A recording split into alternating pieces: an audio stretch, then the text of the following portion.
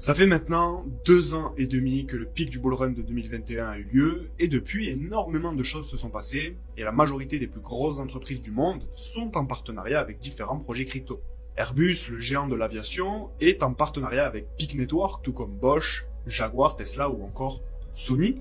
Le géant Nvidia est partenaire de nombreux projets comme Nimble, IO.net ou encore Eightir. Le géant chinois Tencent qui utilise les solutions proposées par Anker. Microsoft qui intègre la technologie blockchain dans ses services Azure permettant aux entreprises de créer, de tester et de déployer des applications blockchain beaucoup plus facilement. Google Cloud qui annonce son intention de devenir un validateur de nœuds sur la blockchain Ethereum, renforçant ainsi son engagement dans le secteur des crypto-monnaies et de la blockchain. Amazon Web Services a également lancé des solutions qui permettent aux entreprises de gérer des réseaux blockchain évolutifs et d'intégrer de nouvelles fonctionnalités dans leurs applications. Il y a également Mastercard qui a annoncé l'acquisition de CipherTrace, une entreprise spécialisée dans la sécurité des crypto-monnaies et l'intelligence des transactions blockchain. Mais on a aussi Revolut qui intègre les crypto-monnaies à son application, et je pourrais passer plusieurs heures à vous énumérer les différents partenariats ainsi que les différentes entreprises les plus puissantes au monde qui travaillent avec différents projets crypto et intègrent des solutions blockchain à leur développement, comme par exemple Samsung, Visa, Toyota, Nestlé, LVMH, Shopify, Coca-Cola, Nike ou encore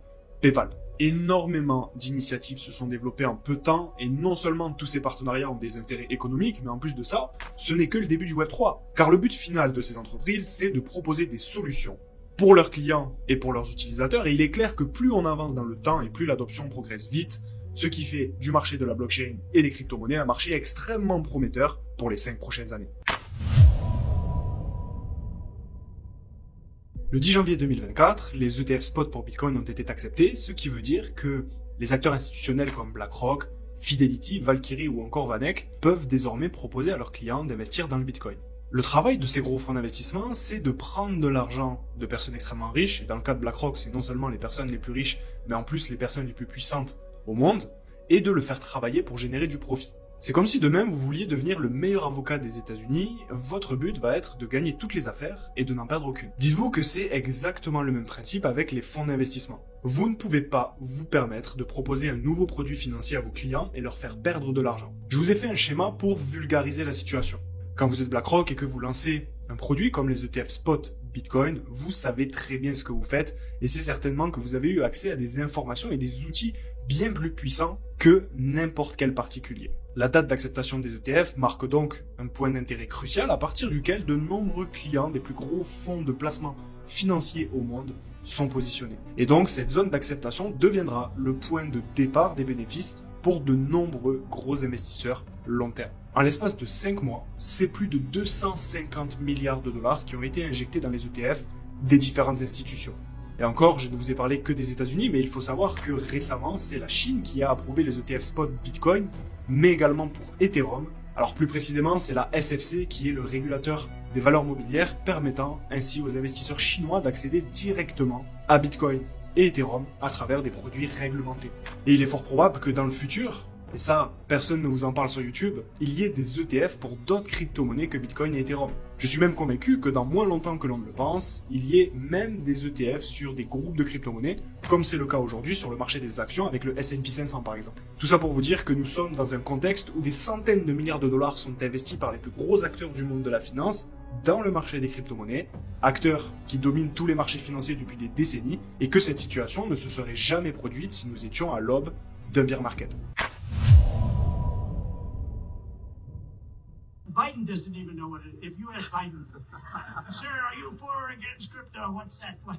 If you're in favor of crypto, you better vote for Trump. En fin d'année 2024, nous aurons les élections américaines, et l'un des sujets brûlants de ces élections sera bien évidemment les crypto-monnaies et la régulation autour de cette classe d'actifs. Alors bien évidemment, nous ne sommes pas du genre à écouter les politiques ou à baser nos stratégies d'investissement sur des promesses qui sont faites par un candidat, qui pourra d'ailleurs revenir sur sa parole aussitôt élu. En revanche, la chose qui va m'intéresser, c'est la surexposition des crypto-monnaies dans les médias au moment de la campagne. Plus on parle de crypto-monnaies, plus il y a de promesses qui sont faites, et plus on va avoir d'investissements qui vont être réalisés. D'autant plus que Donald Trump a plusieurs fois montré son intérêt sur cette classe d'actifs. Il a notamment accepté des donations en crypto-monnaies pour sa campagne, il a lancé déjà 2 collections de NFT, et de nombreux experts sont alignés sur le fait qu'en cas de victoire de Trump, la direction de la SEC, donc le régulateur américain, serait probablement remaniée pour être plus favorable aux crypto-monnaies. On pourrait s'attendre à ce que Gary Gensler soit remplacé par une personne ayant une approche plus favorable aux actifs numériques, comme par exemple Esther Price, souvent surnommée la crypto-mom, qui a montré un soutien constant aux innovations dans le secteur des crypto-monnaies. Cet événement est d'autant plus intéressant car les élections interviennent dans un timing précis où nous devrions être en plein cœur du bull run au moment de la campagne, et on aurait presque le sentiment que tout ça a été calculé. Il y a un autre élément extrêmement important à prendre en compte, c'est que la masse est loin d'être arrivée sur le marché, et pour ça, on peut regarder le nombre d'adresses actives sur Bitcoin. On observe que bien que le nombre d'adresses actives soit en augmentation, il n'a pas encore atteint des niveaux extrêmes observés lors des précédents bullruns. Par le passé, à chaque fois que Bitcoin a atteint un nouvel ATH, on a pu observer des pics violents autour des 1,2 million d'adresses actives, ce qui n'a pas encore eu lieu, malgré que le Bitcoin ait atteint un nouvel ATH à la mi-mars. Le nombre d'adresses actives est relativement stable. Et si on regarde Ethereum, c'est exactement la même chose. Alors j'aime bien regarder et comparer les deux tout simplement parce que Ethereum c'est le berceau de la finance décentralisée et le phénomène qu'on a observé avec Bitcoin est tout autant, voire encore plus pertinent avec Ethereum. Et encore une fois, on voit très bien que non seulement nous n'avons pas eu des pics comme en 2018 ou en 2021, mais surtout que nous sommes largement en dessous des niveaux du précédent cycle. Au pic de 2021, nous avons atteint les 800 000 adresses actives et aujourd'hui on tourne autour des 400 000.